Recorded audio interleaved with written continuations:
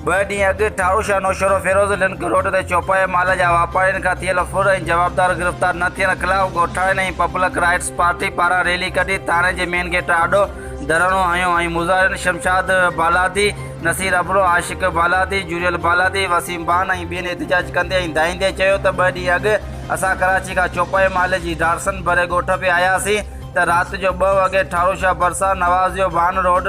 वटि 5 नामैलूम हथियार असांखे यरगमाल बणाए 15 लख रुपया कैश ऐं हिकु ढगो काए फरार थी विया, जंहिंजो इतला फौरी तौर ठारूशाह थाणे ते कयोसीं। पर चोरनि जा पेरा खणी ॻोठ मुल्हा खान रिंद में हयासीं, जिते हिकु फोरो अकबर रिंद खे सुञातोसीं ऐं खेसि ॿधी पुलिस हवाले कयोसीं। पर पुलिस सियासी शख़्सियतुनि जे चवण ते हिननि ख़िलाफ़ इन महिल ताईं को बि केस दाख़िल नाहे कयो ऐं वधीक जवाबदारियुनि ख़िलाफ़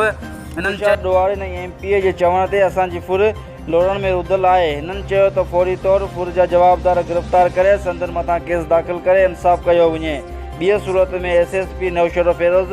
ऑफिस अॻियां धरणो हयो वेंदो। रिपोर्ट नसीर अबरो, शाहीन न्यूज़, ठारूशाह।